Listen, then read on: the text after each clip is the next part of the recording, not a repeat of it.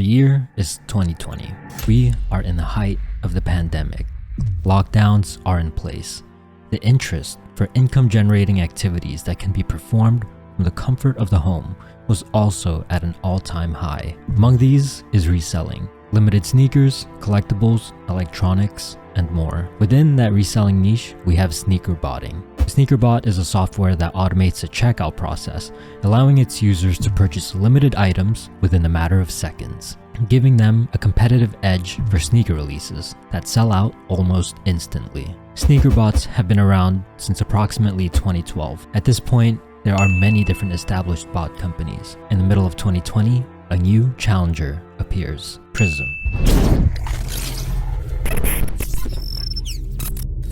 With its beautiful, beginner-friendly interface and their exceptional performance, this bot has taken the reselling world by storm. Upon the release of their 2.0 update, the resale price of the bot had went from $450 to $4,500. Prism quickly cemented itself as one of the best in the industry. In mid-2021, about 1 year later, another bot emerged that went by the name of Noble. During their testing phase, their users to checkouts ratio was unheard of. User to checkout ratio is generally a reliable way to assess a bot's performance. For instance, 10 users getting 100 checkouts is much better than 100 users getting 100 checkouts. This bot was starting to gain some recognition fast. At this point, Prism was still considered to be one of the best options, but behind the scenes, there was a rift between the owners of Prism and Resell, one of the key developers that was integral in their success. At the time, I felt I wasn't receiving sufficient recognition for the amount of work and success I was generating with the Footlocker module, which was a primary reason users at the time used Prism. I attempted to negotiate some form of ownership in the company to directly reap the benefits of my contribution. Unfortunately, we were unable to reach an agreement, so I made the decision to leave and join a place that would be more open to it.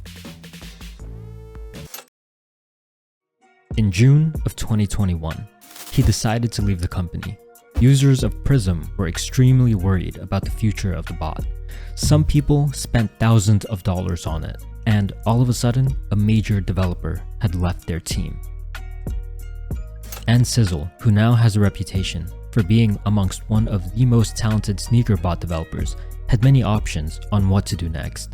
Ultimately, he decided to join forces with Resell. Alright, let's get back to that later. Back in August of 2020, PalaceBot was deemed to be the cheat code bot. Many people considered the act of botting itself to already be cheating, but PalaceBot was a cheat code amongst the cheat codes. Seemingly, nothing can beat this, and I have an entire video explaining my time using that bot, which was glorious. But what I didn't cover in that video was PalaceBot's competitors. Coming in at a close second place was a bot called Dark AIO. This private bot was also a cheat code amongst cheat codes, sometimes even outperforming PalaceBot on a few occasions. Although there was a lot of controversy in how this bot was actually created, the main developer, WashDark, had gained incredible notoriety for going toe-to-toe with one of the most dominant bots in this period. After Shoe Palace made website changes, which was the store that both of these bots specialized in, both PalaceBot and Dark AIO fell off almost immediately. But WashDark wasn't finished yet. Behind the scenes, his team was already working on various other sites. Eventually, they released Linear AIO. Most all-in-one bots supported many similar websites, such as Shopify, Footsites, Finishline, etc. But not this bot. This bot was more focused on websites that weren't commonly botted at the time. For example, New Balance, Nike, and Dick's Sporting Goods, just to name a few. These websites were also notorious for dropping a ton of stock, so since Linear was one of the very few bots that effectively supported these platforms, combined with a lot of stock, users of the bot were swimming in checkouts. It was magnificent. At its peak, the resale price for this bot was approximately $10,000. On March 21st, 2022, out of the blue, WashDark had announced that he and his team will be joining Noble. The Linear team was in talks with us. We saw a lot of potential in them, and we saw that they write really good code and they had really good character. So we definitely wanted to work with them. At the point, we worked out a deal to join forces. This is a point where Noble's team is stacked. They had the original developers, and Sizzle, who was from Prism, and now they have the Linear team, all working on the same project. You would think that this bot would just shred every website it supported. I had used this bot during this time, and let's just say it was a bit underwhelming. It seemed as if they weren't able to replicate the success that they had experienced in the early days. Don't get me wrong, the bot still worked, and that's why I did use it every so often. Their results weren't abysmal per se, but relative to their competitors, it was pretty average. When it comes to any bot, there will of course be some days where it just doesn't work, oftentimes with errors being out of the control of the owners and staff. That's just the nature of botting. But when it comes to Noble, as someone that's used it, I couldn't help but notice that these hiccups were occurring more than other bots, and that's a huge problem. During this era, it was common for botters to spend thousands to tens of thousands of dollars on proxies, servers, etc. So what happens when you spend all of this money and the bot that you're using just flops? Two things. Number one, all of that money you spent, wasted. Number two, you think to yourself, had you used a different bot, your results could have looked so much more different. Instead of ending the day empty-handed, wasting a lot of money, you could have had tens to hundreds of checkouts which could have generated you money. So with Noble, when this bot would work, it would perform about average, but it had many moments when it felt like something was seriously wrong.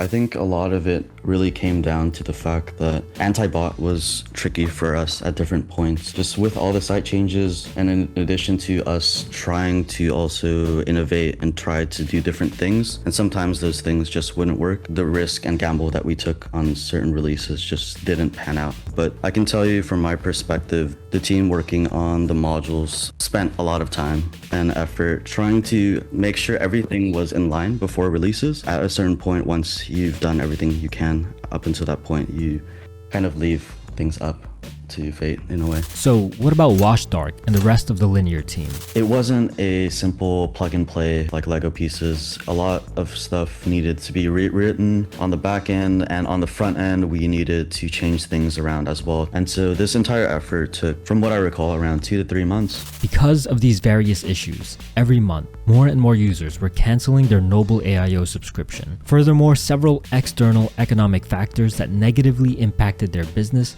was also at play. The overall profitability and interest of sneakerbotting started to decline, and taking its place was the NFT and crypto craze, which further accelerated the loss of customers for Noble. Meanwhile, the company's expenses was at an all-time high. As we started to expand the team and starting to invest a lot of the money back into the business in order to diversify, we ballooned up to around 40 to 50,000 a month at the peak of Noble. Top developers are expensive as they should be. We were spending $12K plus a month in cash per developer, and when you have 3 to 4 devs, that adds up pretty quick on top of other expenses like servers and anti-bot APIs.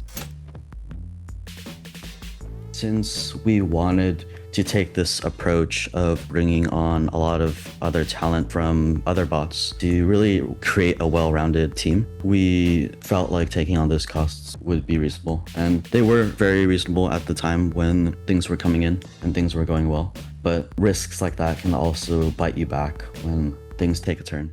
As all of this was taking place, the Noble team continued to work countless hours trying to restore the company back to its former glory, and attempt to finally realize the potential in the team that they've built. But despite their best efforts, the performance of their bot was severely lacking. Eventually, the amount of money that the company was bringing in wasn't enough to cover their expenses. In September of 2022, they officially announced that they ceased operations. Unfortunately, that's where the story of Noble, one of the most ambitious sneaker botting projects, came to an end. This video is sponsored by nobody, so if you enjoyed this video and you'd like to support my channel, the link to my new merch store is in the description. And I would appreciate it if you like, comment, and subscribe on this video for the algorithm. Hope you enjoyed. See you in the next one.